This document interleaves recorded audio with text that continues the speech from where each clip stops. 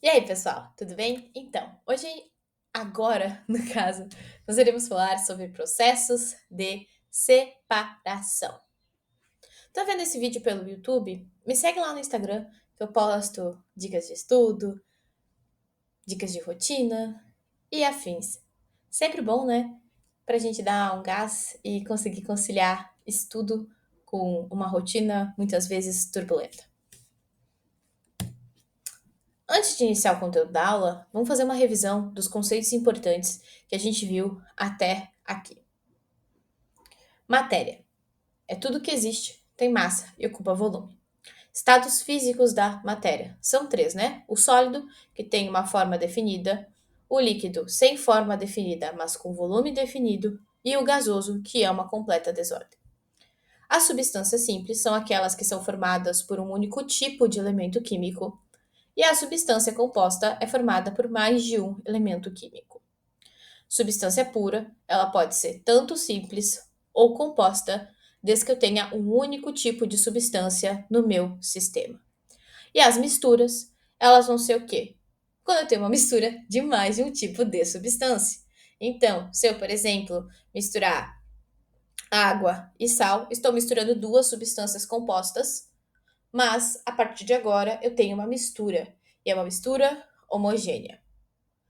Se tu não está identificando esses conteúdos, volta para a última aula, que é um vídeo bem importante de tu assistir, porque ele é o início da nossa trilha na química. Agora a gente vai falar sobre os processos físicos e os processos químicos. Vamos começar pelo mais easy peasy, que são os processos físicos. Fenômenos físicos são alterações que ocorrem na estrutura física da matéria, sem que haja alteração na sua composição química. Então, eu só vou alterar a estrutura física, seja, por exemplo, fervendo a água, né, indo do estado líquido para o estado gasoso, continua sendo água, não mudou. Então, eu só estou mudando o estado físico de líquido para gasoso. Quando eu amasso, por exemplo, o metal, né, o papel alumínio, a gente amassa ele facilmente, eu só estou fazendo uma mudança física na organização, né? Continua até sendo um sólido. Antes, uma folha plana e agora amassadinha. O vidro quebrado também. Eu tive uma alteração na estrutura dele, porém, ele continua sendo vidro. E da mesma forma, um gelo derretendo, né? Estou fazendo a mudança do estado sólido para o estado líquido, mas continua sendo água. Então, isso são os processos físicos. Os processos químicos, por outro lado, são fenômenos em que eu vou ter a alteração da composição química da matéria. Alguns exemplos são os fogos de artifício, as frutas quando estão estragando, a madeira que entra em combustão e o prego oxidado. Por exemplo, né, vamos falar um pouquinho, a madeira. A madeira é majoritariamente formada por celulose, que são cadeias carbônicas. Esse carbono, quando eu então colocar ele sob combustão, eu vou ter a formação do CO2, eu vou ter a formação do CO e até mesmo da fuligem. Então, eu mudei a composição química da matéria. E um prego oxidado, ele inicialmente era uma liga de ferro, ferro metálico, né, Fe, e se tornou um óxido de ferro, Fe2O3, provavelmente, que dá essa cor avermelhada, né? Então eu tive alteração do ferro metálico para Fe2O3. Eu alterei a composição química. Isso é um processo químico. Agora a gente vai resolver uma questãozinha bem rápida, só para vocês pegarem o andar da aula, tá?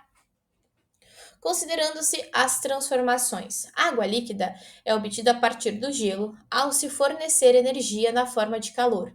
Então, a própria questão nos fala que está sendo fornecida energia na forma de calor. A energia na forma de calor aumenta a temperatura do meu sistema.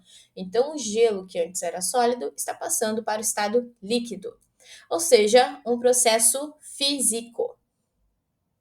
As chuvas ácidas transformaram a superfície do mármore de estátuas gregas em gesso macio, sujeito à erosão.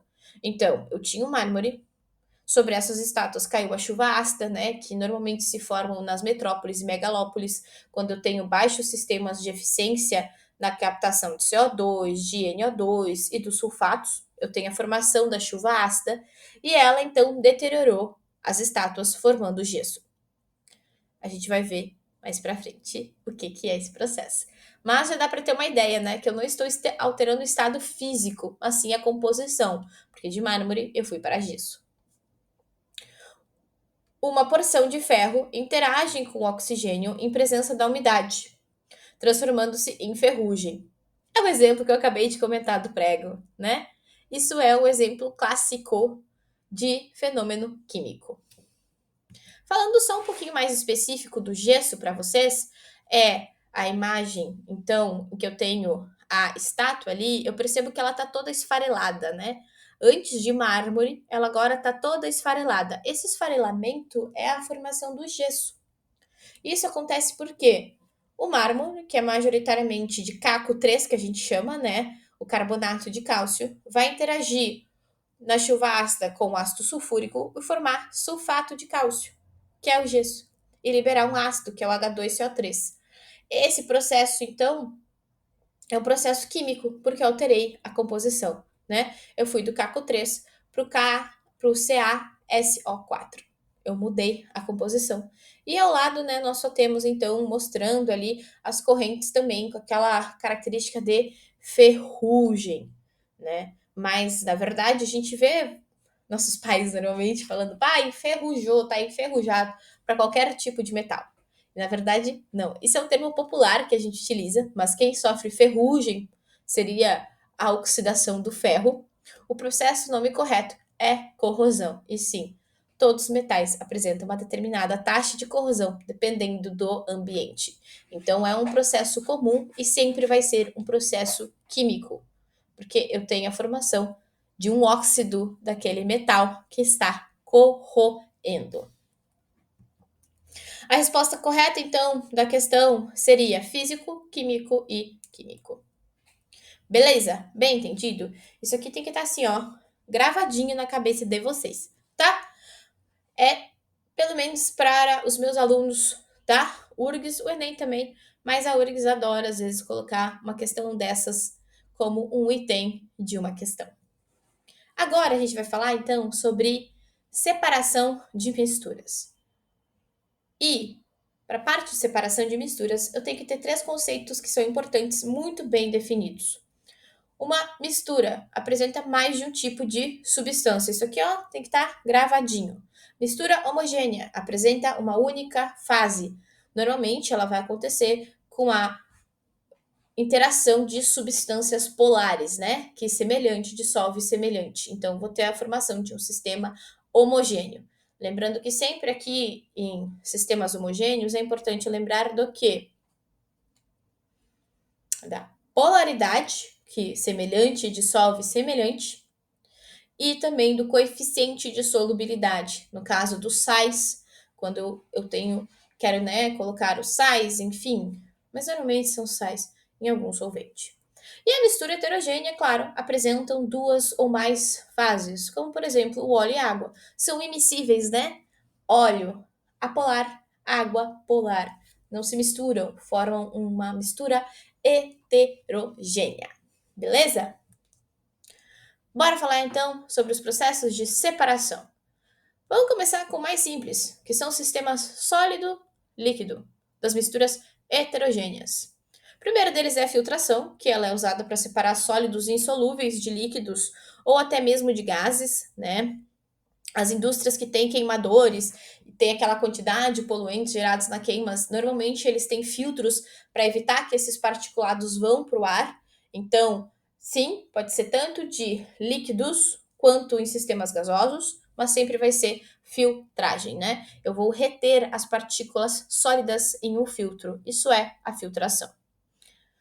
A flotação é quando eu vou separar sólidos de diferentes densidades, agitando a mistura em um líquido.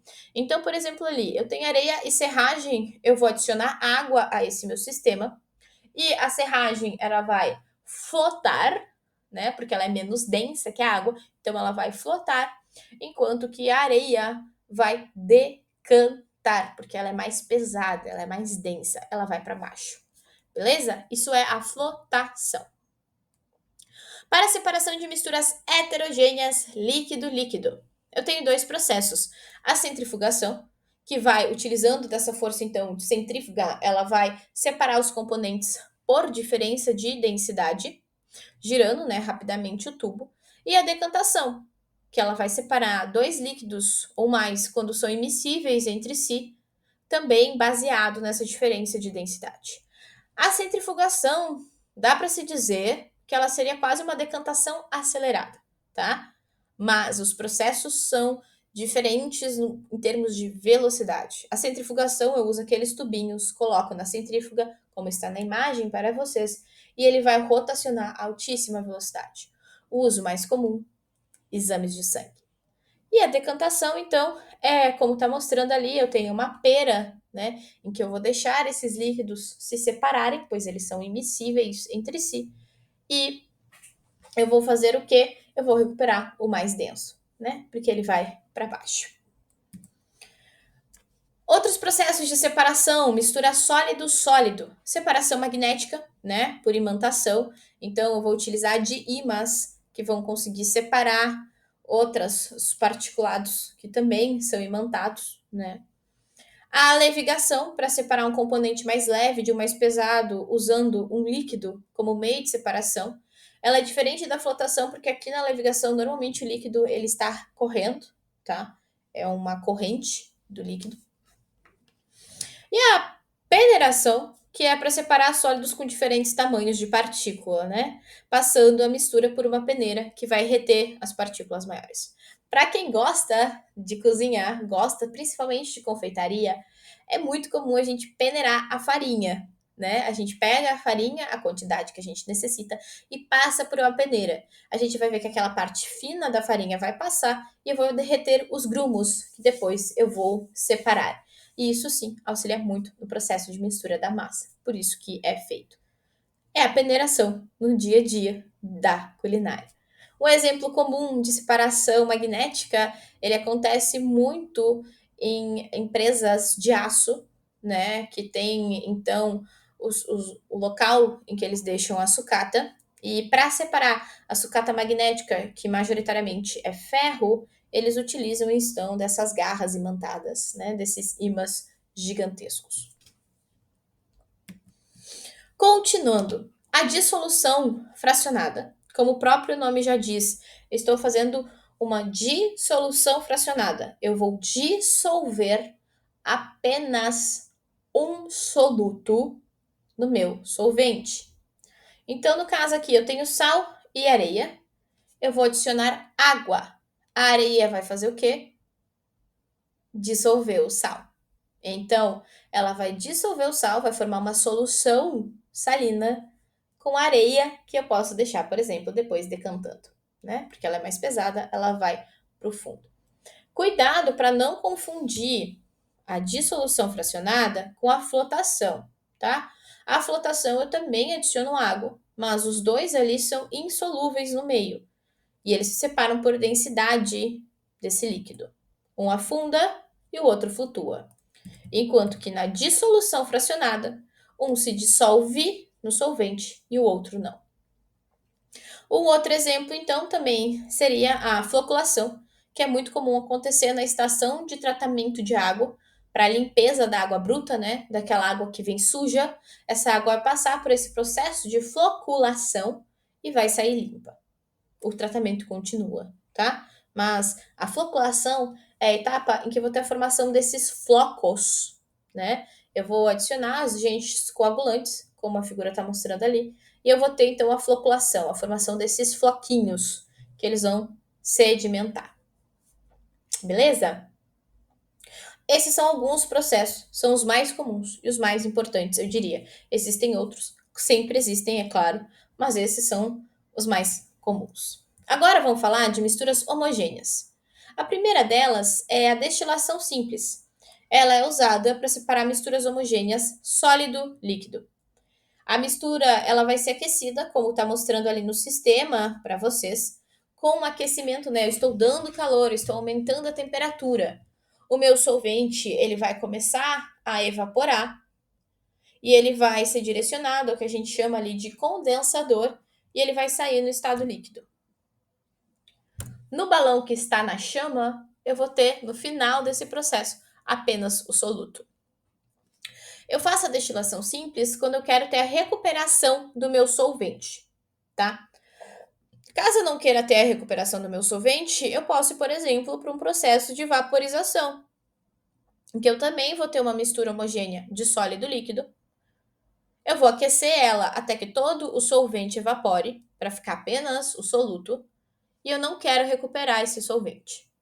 Um caso comum é o das salinas, né, para produção de sal. Nas salinas, então, a água ela fica evaporando em temperatura ambiente, em condições ambiente, né? E eu vou ter, depois que toda essa água evaporar, eu vou ter a formação desses cumes de sais. Um outro exemplo, também para separação de misturas homogêneas, é a destilação fracionada. Mas agora, ao contrário da destilação simples, que era utilizada para separação de solvente e soluto de um sólido líquido, a destilação fracionada ela é utilizada para separar o quê? Uma mistura de líquidos, ok? É uma mistura homogênea de líquidos. A destilação fracionada, então, eu vou ter esse esquema como está sendo demonstrado ali para vocês, e da mesma forma, o balão vai ser aquecido, aquela substância com menor ponto de ebulição vai começar a ebulir primeiro e ela vai ser recuperada. Onde é muito comum esse processo? Na indústria do petróleo, né? Para a gente fracionar o petróleo em todas as suas frações, que são, por exemplo, a gasolina, a nafta, o asfalto, o querosene de aviação e assim por diante. A liquefação fracionada, agora, eu não estou lidando com líquido. Propriamente dito, como aqui, estou aquecendo ele, tá?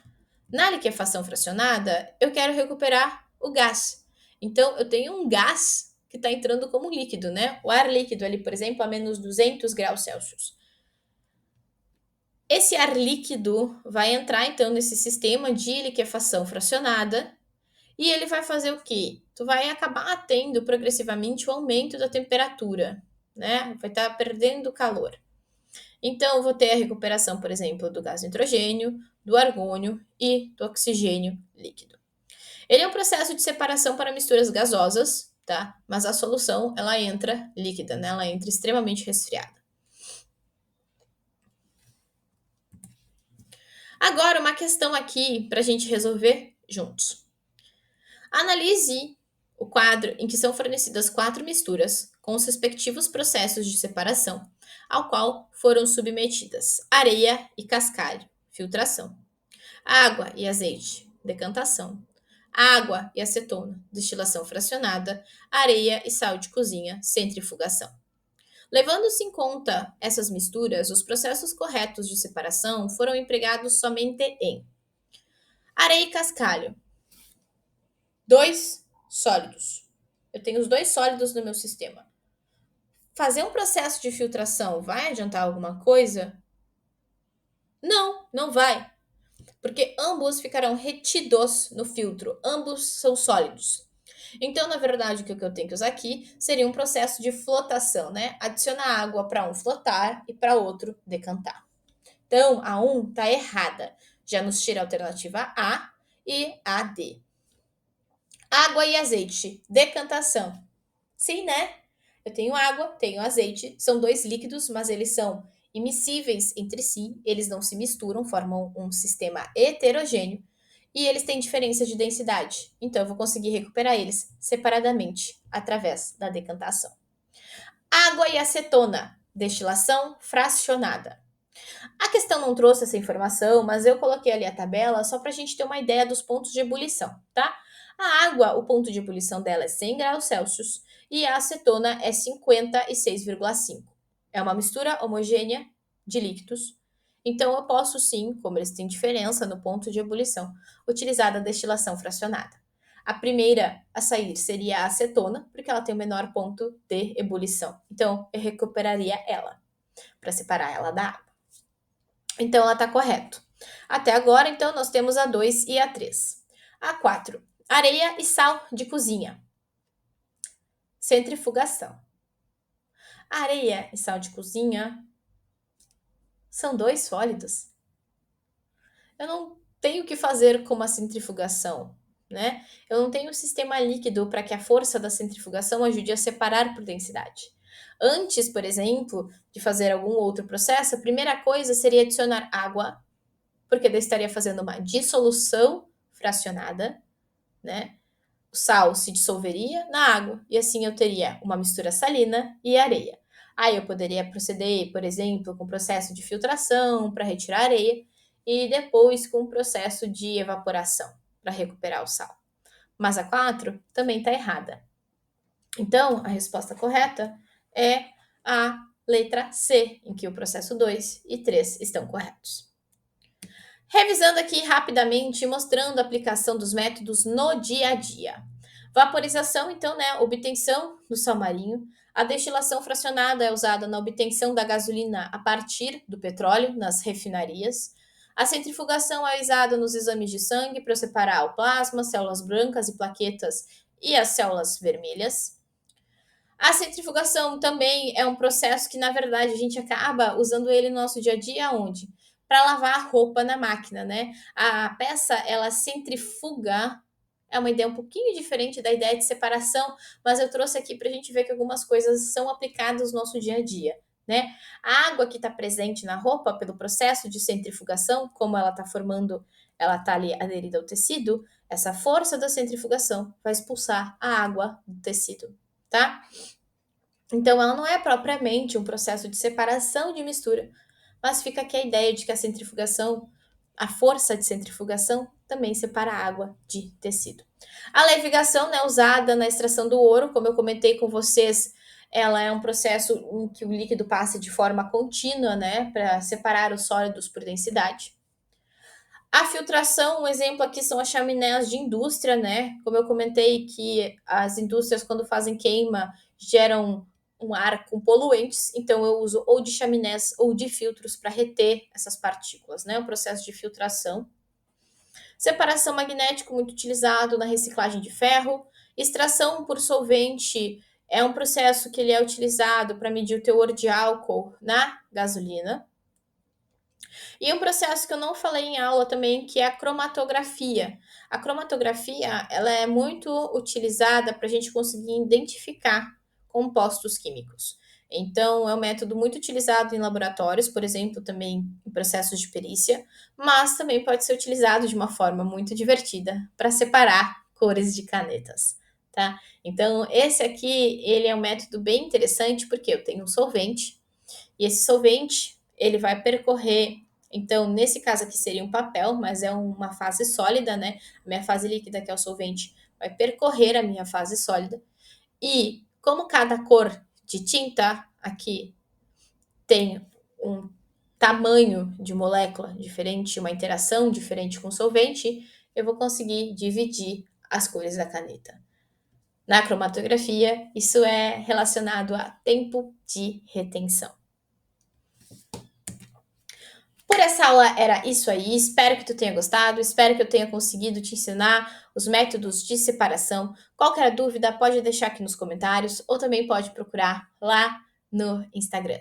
E por favor, não esquece de curtir se essa aula foi útil para ti, isso me ajuda muito. Tchau!